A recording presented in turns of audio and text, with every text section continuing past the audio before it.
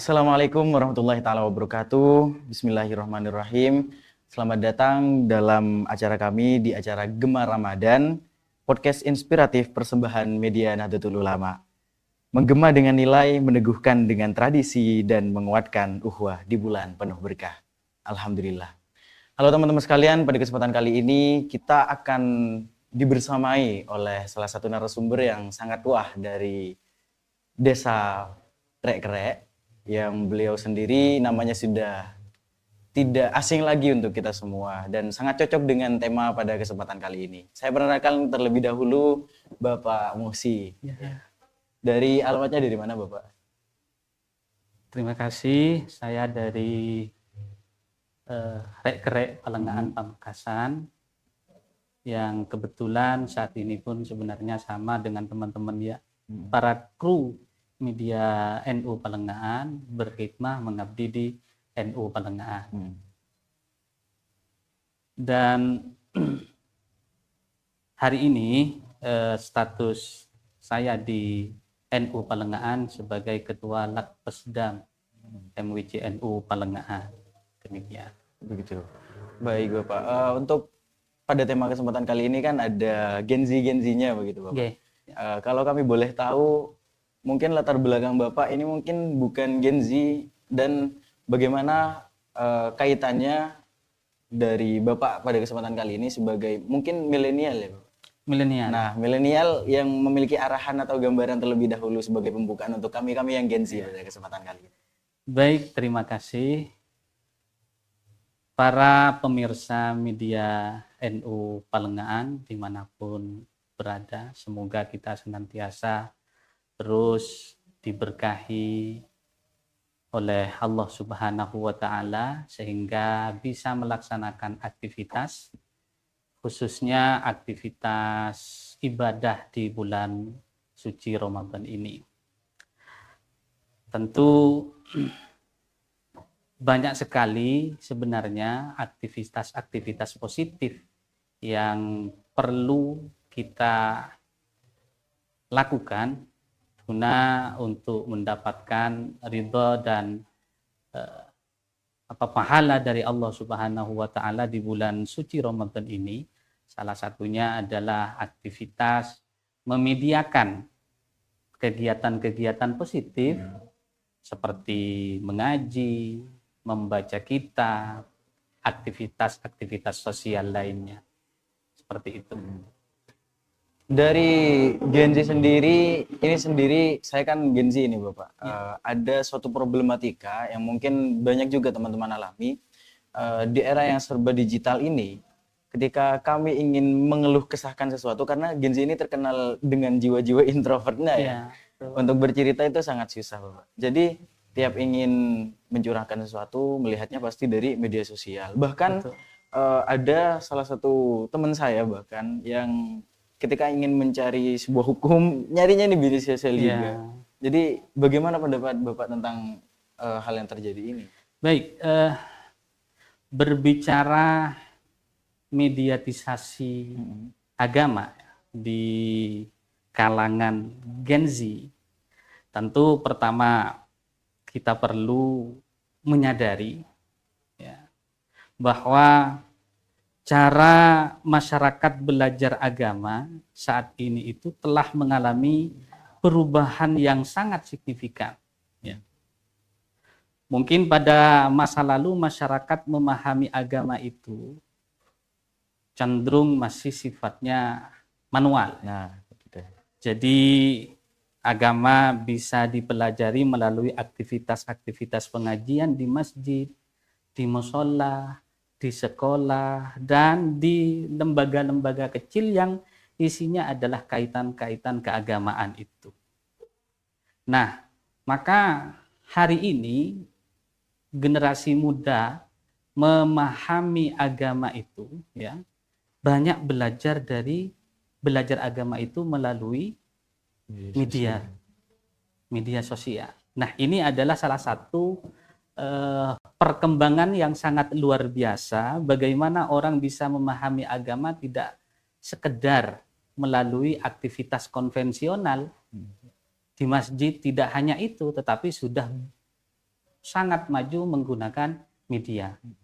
Sehingga media itu bisa dipahami, dapat mempengaruhi, membingkai, dan memberikan pemahaman keagamaan kepada masyarakat secara cepat, secara mudah, dan secara instan. Dan itu yang perlu kita pahami, sehingga masyarakat sekarang itu bisa tahu terkait dengan hukum, termasuk anak-anak muda saat ini bisa tahu terhadap apa itu tafsir, apa itu fikih, dan semacamnya. Itu bisa dilakukan dengan cara dia cukup punya internet, membuka media, mencari potongan-potongan video, itu langsung memberikan pemahaman kepada masyarakat, utamanya bagi generasi Z, generasi Gen Z itu. Gen Z.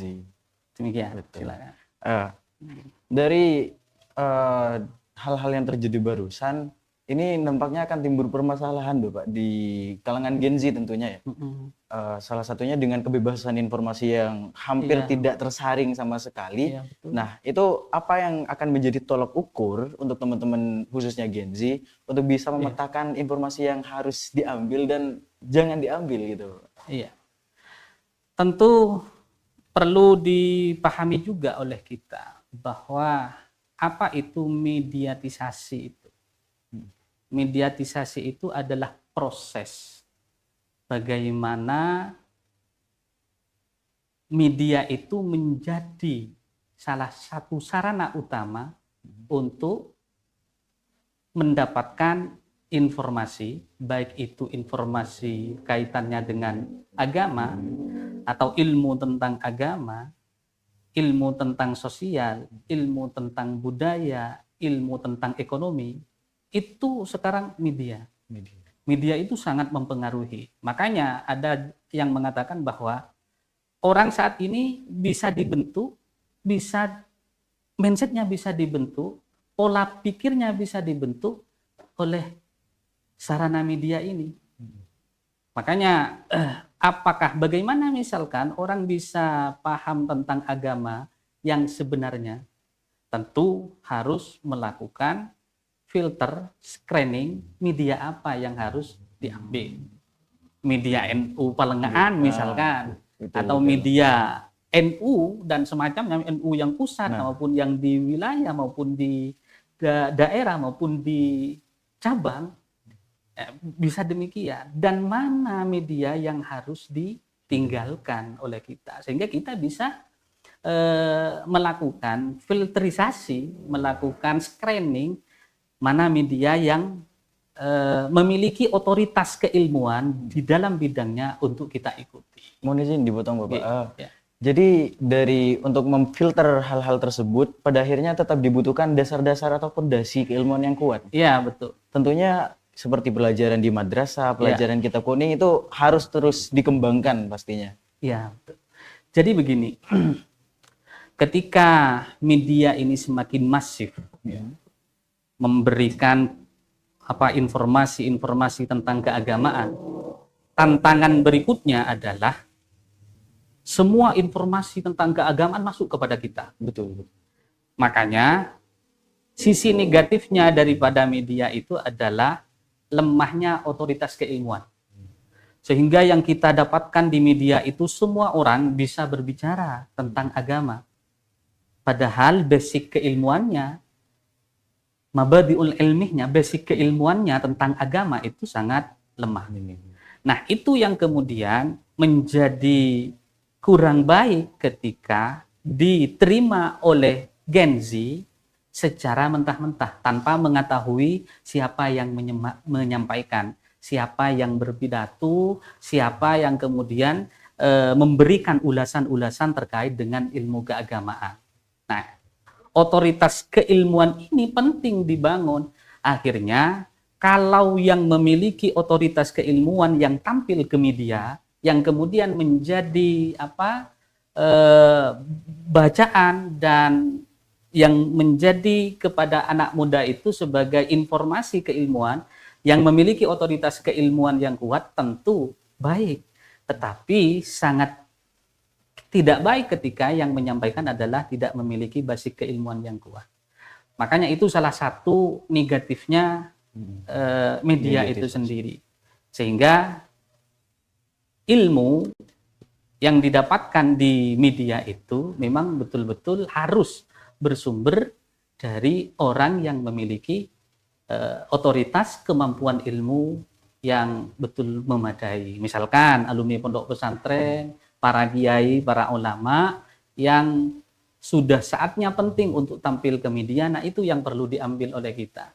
Ya tentunya ya kita harus belajar mana sebenarnya kiai yang punya otoritas keilmuan, ulama yang memiliki otoritas keilmuan, ustadz-ustadz yang memang betul konsen di bidang itu. Seperti itu. Kalau boleh nih Bapak, kita kan harus punya pandangan terkait mungkin rekomendasi dari Bapak siapa orang-orang atau tokoh-tokoh yang memang seharusnya kita ikuti seperti itu, dan bukan tokoh-tokoh yang tidak harus kita ikuti, tapi kriteria tokoh-tokoh seperti apa yang harus kita hindari. Ya, seperti itu. Ada sebenarnya negatifnya dari media itu salah satunya adalah tentang tampilnya provokasi, hate speech dan semacamnya. Tentu tokoh-tokoh yang tampil di media yang menampilkan hate speech, bullying dan semacamnya itu ya harus kita hindari. Nah, siapa yang semestinya untuk kita ambil hikmahnya dari media itu ya mereka-mereka yang menyampaikan hikmah, menyampaikan kebijaksanaan, ilmu-ilmu pengetahuan, baik itu ilmu pengetahuan yang sifatnya kitab kuning maupun buku-buku amiyah, yaitu mereka-mereka yang menyampaikannya secara bijaksana. Ya kalau di NU ya tawassul, ulama-ulama yang menampilkan tawazun, ta'adul, tawassul, moderat lah intinya. Nah itu yang perlu kita ikuti. Tentu banyak, utamanya di kalangan Nahdlatul Ulama, banyak sekali ulama-ulama yang memiliki pedoman bagaimana cara keberagamaan yang moderat, bagaimana melaksanakan aktivitas atau penyampaian keagamaan yang moderat, tawassul dan semacamnya. Tentu banyak sekali di NU itu. Betul. Jadi kalau misalkan ungkapannya itu sudah mengandung unsur kebencian, Betul. unsur misal penghilangan gambar suatu ulama gitu, yang kemarin-kemarin sempat booming, itu mungkin harus dihindari ya Pak. Betul. Jadi kita menghindari perpecahan seperti itu. Jadi kalau misalkan ada Gen Z yang sudah terlanjur termakan omongan mereka atau arahan-arahan dari mereka-mereka yang pengguna media yang tidak bertanggung jawab ini, apa pesan-pesan dari Bapak? Kepada sahabat-sahabat Gen Z yang ketika mencari ilmu keagamaan, ilmu tentang agama melalui media, tentu pasti yang lewat di beranda itu banyak sekali. Sehingga yang perlu dilakukan adalah melakukan salah satunya filter, men-screening, kemudian melakukan klarifikasi. Apakah ini layak untuk diambil? Tetapi yang bagus adalah kita harus bertanya kepada ahlinya. Tentu banyak sekali teman-teman, termasuk teman-teman media, kru media NU Palengaan, ini punya peranan penting di dalam memberikan pemahaman kepada Gen Z di sekitar kita, mana media yang perlu atau mana ustadz-ustadz, mana informasi yang perlu kita ambil dan dijadikan pedoman. Jadi teman-teman, para sahabat dimanapun Anda berada, adanya banjirnya informasi di media sosial itu tantangan besar kepada kita. Kita harus memperkuat pengetahuan kita, basic keilmuan kita, sehingga kita tidak terjerumus kepada media adu domba, media kebencian, media yang selalu menampilkan hasutan dan yang menakutkan dan semacamnya. Dan itu ya harus ada banyak pendampingan, termasuknya dari teman-teman media NU Palengaan ini, sehingga mereka teredukasi seperti apa media atau ustadz-ustadz atau tokoh-tokoh yang perlu kita ikuti dan perlu menjadi pedoman. meskipun melalui media. Tetapi yang paling penting dengan adanya media yang meskipun sebagai sarana utama di era saat ini harus terus bersambung dengan ustadz, dengan guru-guru sehingga tetap terkontrol, tetap ada sanad keilmuan nanti dengan ustadz-ustadz yang ada di sekitar kita, dengan ulama-ulama yang ada di sekitar kita. Bapak sendiri kan dari Lakpesdam ya? Ya, dari Lakpesdam. Tentunya dari bidang keorganisasian Nahdlatul Ulamanya ini sudah tidak diragukan tentunya ya. oh iya. Jadi mungkin izin kami bertanya tentang apa yang dilakukan oleh Nahdlatul Ulama secara garis besar Ya. dalam turut serta memproduksi konsumsi media sosial yang baik seperti itu. Iya. Entah dari dakwahnya atau konten-konten lain selain dakwah mungkin. Iya. Seperti itu.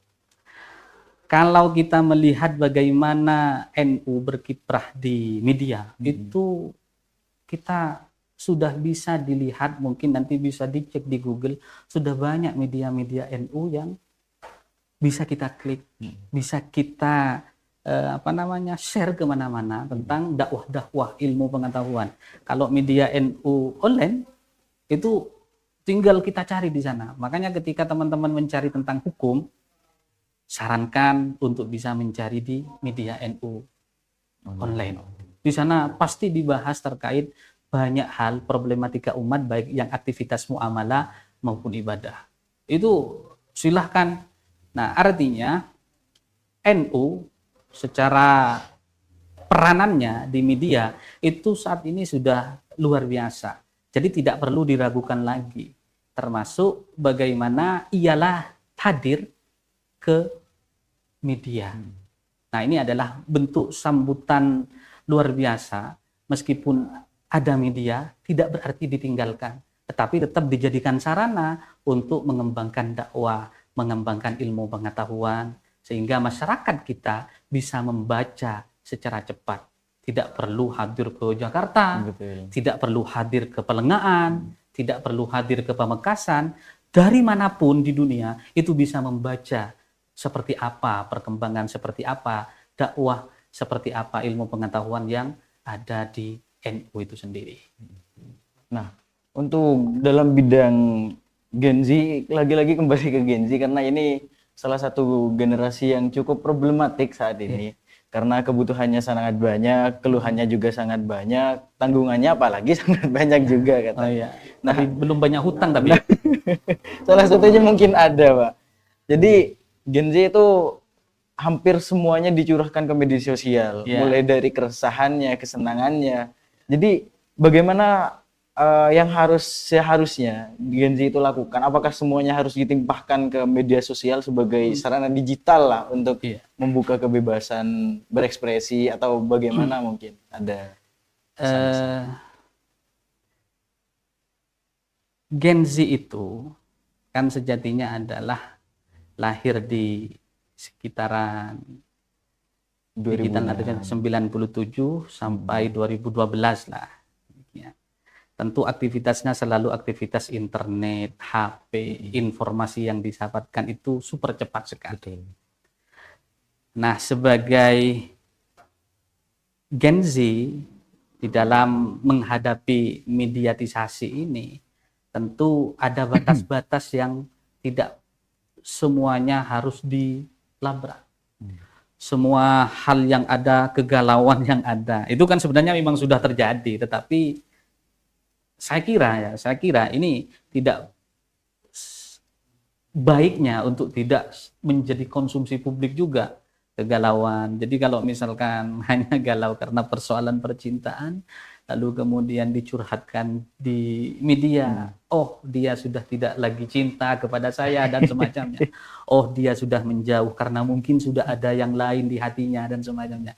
Itu terjadi memang, tetapi baiknya mungkin ada batasan-batasan yang tidak bisa mungkin dijadikan konten lalu kemudian terkonsumsi oleh masyarakat luas.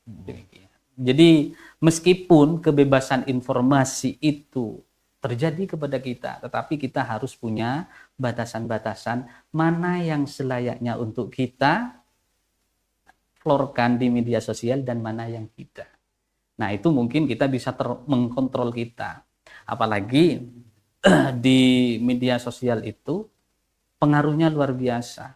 Pengaruhnya sangat luar biasa. Sehingga marilah kita meskipun ada media, tetapi tidak lepas tandas memediakan banyak hal yang ada di dalam kehidupan kita.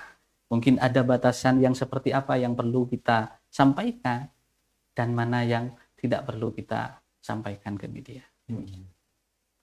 Menyambung dari banyaknya pendai-pendai online tadi Bapak ya. Iya. Apakah perlu memang ataukah harus keagamaan itu mengikuti tren zaman? Seperti itu. Ya. Memediakan aktivitas dakwah itu baik. Tetapi kita harus tahu, karena sekarang itu kalau agama atau pembelajaran keagamaan, dakwah keagamaan tidak tersampaikan pada media, bisa saja ditinggal oleh zaman. Tentu apakah hari ini kita tren-tren yang saat ini itu mungkin sebagai palak panah, apa istilahnya itu, bumbu-bumbu saja mungkin, kayak misalkan akeje dengan model-model lagu-lagu yang mungkin bisa ditiru oleh ulama, itu hal lumrah sebenarnya. Tetapi tidak menjadikan, tidak bisa nanti menyebabkan mengubahnya esensi dakwah. Kita menyampaikan dakwah misalkan seperti apa dan semacamnya, tidak sampai hilang gara-gara tren yang ada.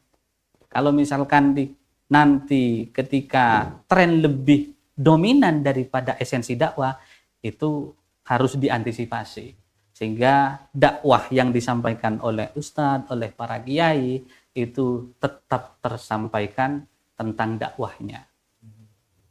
Kalau dalam kasus ini Pak, saya jadi penasaran dari kasus flexing ibadah. Maksudnya gini, ada suatu perumpamaan gini, kalau sekarang maksiat aja berani untuk dipertontonkan, kenapa ibadah tidak? Iya. Nah, gimana pendapat Bapak terkait hal itu? Apakah itu masuk dalam kategori riya atau ada kemakfuan dalam hal itu? Iya, ini kemarin itu berbicara soal transisi, ini sebenarnya transisi jadi imam salah satunya. Ini sempat viral kemarin dibicarakan oleh salah satu tokoh muda di Indonesia.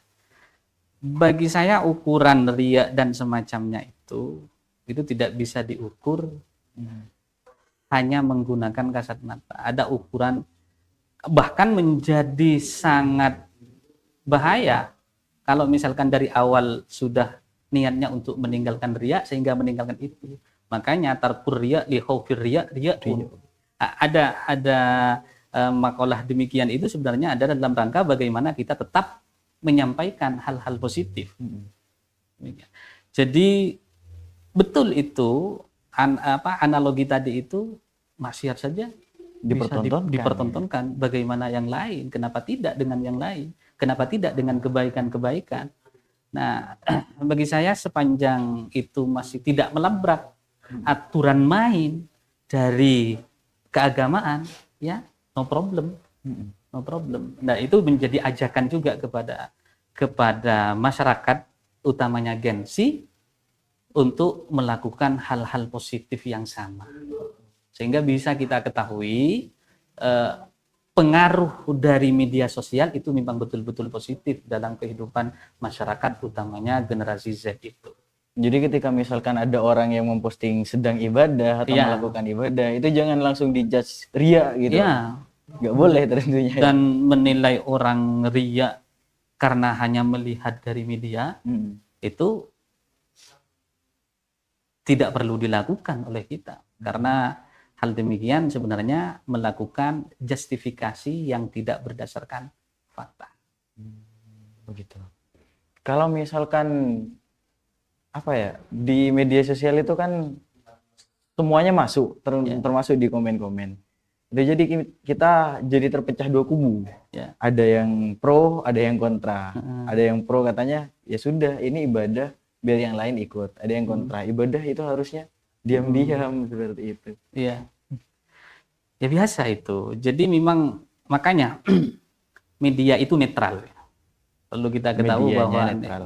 media itu netral, bahkan mempengaruhinya kepada masyarakat pun juga bisa terbelah, bisa menerima, bisa tidak menerima terhadap setiap informasi yang ada.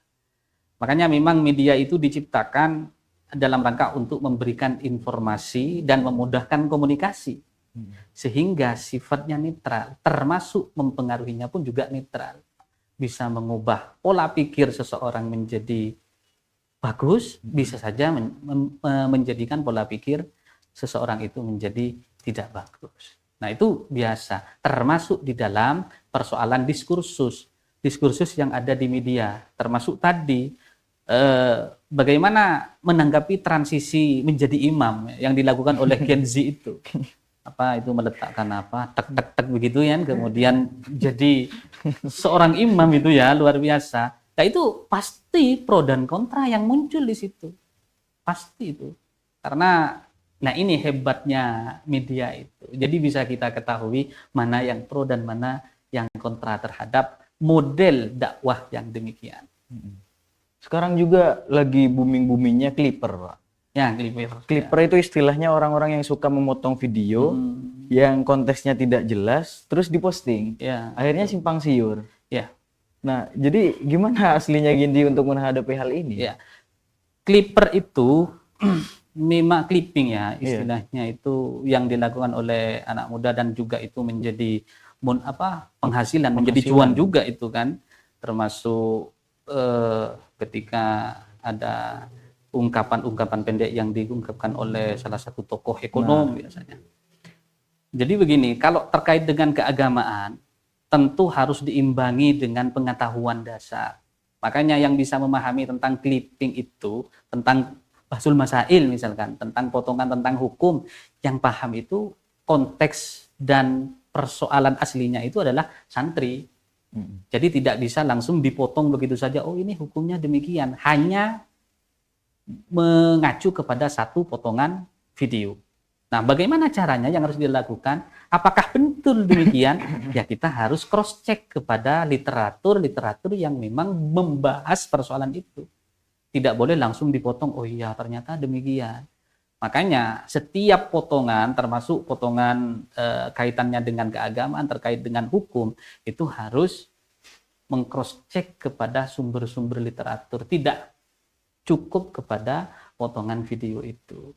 Jadi kalau santri ya pasti itu melakukan demikian, insya Allah. Ketika ketemu dengan potongan video bagaimana tentang hukumnya, kemudian dijelaskan oleh tokoh, biasanya langsung melakukan cross check. Konteksnya apa, persoalannya apa, sehingga tidak langsung menerima begitu saja. Bagaimana yang tadi soal dakwah di media sosial itu, yang dilakukan oleh banyak sekarang, bahkan bisa ditemui kita di TikTok, banyak seumuran kami mungkin ya, di usia 20-an tahun awal, itu melakukan live kajian kitab dan semacamnya. Itu apakah bisa kita ikuti atau bisa kita simak dengan betul-betul itu? Baik, itu sangat bagus. Jadi kalau misalkan sekarang aktivitas baca kitab kuning itu tidak disemarakkan melalui media, maka masyarakat tidak tahu bagaimana sebenarnya aktivitas di pesantren. Itu salah satunya. Oh, ternyata pesantren itu aktivitasnya seperti ini. Oh, ternyata santri itu adalah punya bakat luar biasa. Apa itu? Membaca kitab kuning tanpa harokatnya. Kitab kuning, ada kitab putih juga sebenarnya. Jadi bisa kitab gundul itu, oh ternyata luar biasa dibaca. Nah, ini bisa menjadi stimulasi, menjadi semangat kepada masyarakat yang tidak ingin mondok. Nah, bisa dia punya penasaran, oh ternyata ketika menjadi santri itu punya keahlian ini, ternyata salah satunya membaca kitab kuning, mendiskusikan persoalan hukum, baik itu persoalan hukum yang muamalah maupun ibadah, itu ternyata bisa dibahas oleh santri meskipun dia di taraf masih santri. Nah, makanya muncul Bahsul Masail. Nah, sekarang kan banyak sekali teman-teman yang tampil di media, di TikTok ya. seringkali live baca kitab kuning gantian dan semacamnya, itu adalah hal positif yang harus kita dukung. Kenapa? Dan itu bagian dari syiar bahwa kitab kuning itu akan terus hidup meskipun dengan cara-cara yang saat ini dengan memediakan itu, meskipun dulu dianggapnya kalau di pesantren itu tidak ketemu dengan kemajuan, itu bisa diketahui. Oh, dengan ternyata pesantren pun juga bisa maju dengan menampilkan aktivitas di pondok, kebudayaan di pondok, adat istiadat di pondok itu melalui media bisa tersampaikan dan bisa membuka pengetahuan orang tentang pondok itu seperti apa sebenarnya. Terus bagaimana kalau misalkan hal itu terjadi, banyaknya pendakwah-pendakwah yang muncul, itu teman-teman jadinya lebih percaya pada satu tokoh dibandingkan lembaga keagamaan. Ya. Karena satu tokoh misalkan muncul, anggaplah si A. Terus ia memiliki jutaan follower misalnya, anggaplah. Lalu follower-followernya ini malah mengesampingkan lembaga keagamaan terkait yang lebih memiliki hak untuk memutuskan suatu hukum seperti itu. Iya. Makanya tadi itu kita harus terus melakukan edukasi tentang pentingnya mencari dan melakukan tabayun terhadap setiap informasi yang kita dapatkan. Termasuk visual, termasuk clipper tadi itu. Kalau disampaikan oleh salah satu tokoh terkemuka, ya kita harus melakukan cross check. Jadi bagaimana masyarakat bisa melakukan demikian? Tentu harus ada pengetahuan dari kita yang disampaikan, harus ada informasi dari kita. Bagaimana? Akan kita ada ya, ada keterangan setiap ada informasi perlu lakukan yang namanya klarifikasi. Tidak mesti langsung kita telan mentah-mentah. Nah, sekarang kan betul. Mediatisasi salah satunya adalah setiap aktivitas sosial di masyarakat itu ditentukan oleh media. Bisa ditentukan juga oleh tokoh yang followersnya banyak sekali. Nah, itu tantangannya. Nah, sehingga muncullah istilah post-truth itu. Post-truth post-truth itu kebenaran itu tidak berdasarkan objektif sekarang, tetapi berdasarkan emosional dan provokasi. Orang melihat sebuah kebenaran itu tidak lagi karena itu betul-betul benar, tetapi karena sosoknya saja. Atau misalkan karena emosional itu, karena emosional. Nah, ini adalah post-truth. Nah, itu yang perlu kita lakukan kehati-hatian sehingga kita bisa memilih dan memilah mana informasi yang perlu kita ambil dan semacamnya, dan mana informasi yang harus digali lagi, pengetahuan yang perlu digali lagi sumbernya, sehingga kita tidak melahirkan atau tidak hadir kepada kita itu adalah kesalahpahaman. Ya, itu yang harus kita lakukan. Jadi tidak diukur oleh followers, tetapi memang betul-betul lahir dari ilmu pengetahuan yang didapatkan, yang disampaikan itu memang betul-betul bersumber. Jadi harus paham juga konteksnya. Oh, begitu. Ya. Terus kan dari orang-orang yang memiliki follower banyak ini kasusnya sering seperti ini, Pak. Orang-orang misal seperti yang melakukan tarawih menjadi transisi imam dan lain semacamnya, itu kan karena FOMO. Ya. Nah, jika ibadah dilakukan oleh FOMO media sosial itu masuknya ke hal yang baik atau tekanan media sosial saja? Gimana? Ketika FOMO ikut-ikutan, jadi karena trennya tren tarawih misal, terus ikut semuanya tarawih, itu masuknya nanti memang benar-benar ibadah atau hanya ikut tren digital?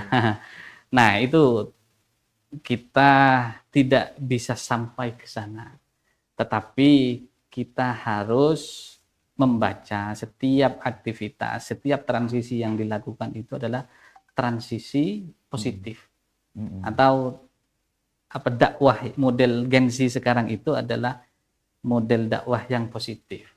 Persoalan apakah itu FOMO atau cuma ikut-ikutan dan semacamnya itu soal syai'un akhar. Dikembalikan ke masing-masing. Jadi tidak bisa kita melabeli lah.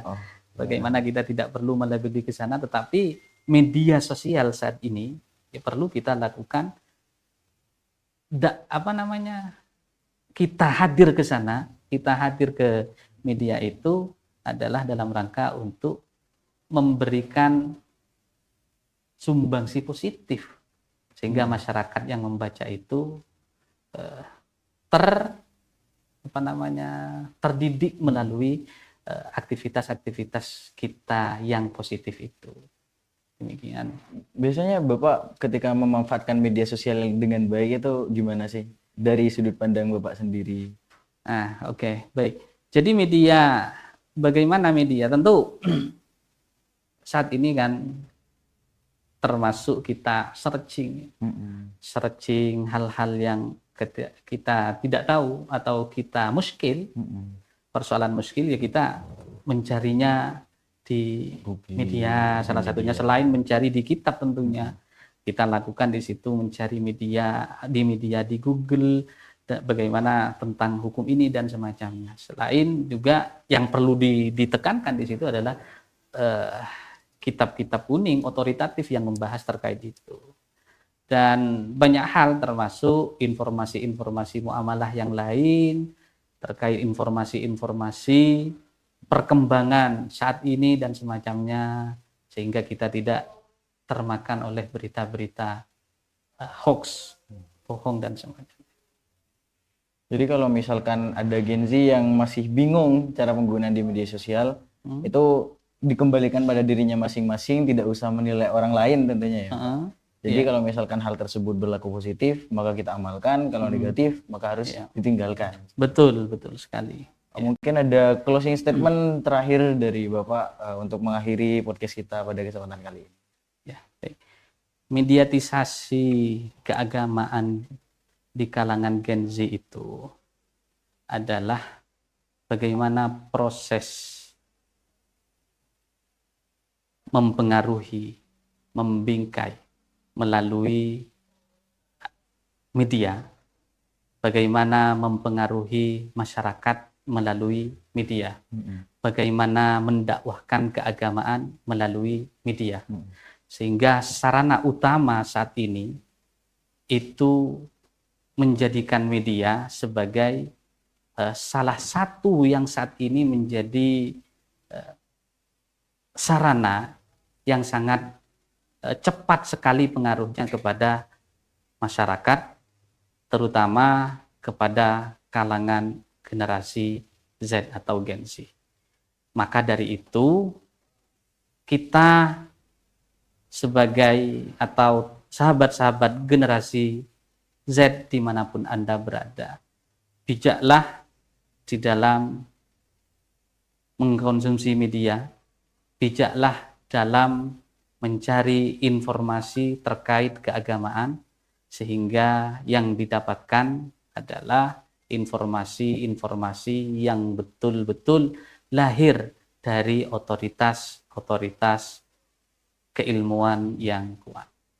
Jadi berikutnya yang harus dilakukan adalah bagaimana teman-teman atau sahabat-sahabat Gen Z ini dapat men-screening setiap informasi yang didapatkan, sehingga tidak menjadikan bingung dirinya maupun orang-orang yang ada di sekitarnya ketika diberikan informasi demikian.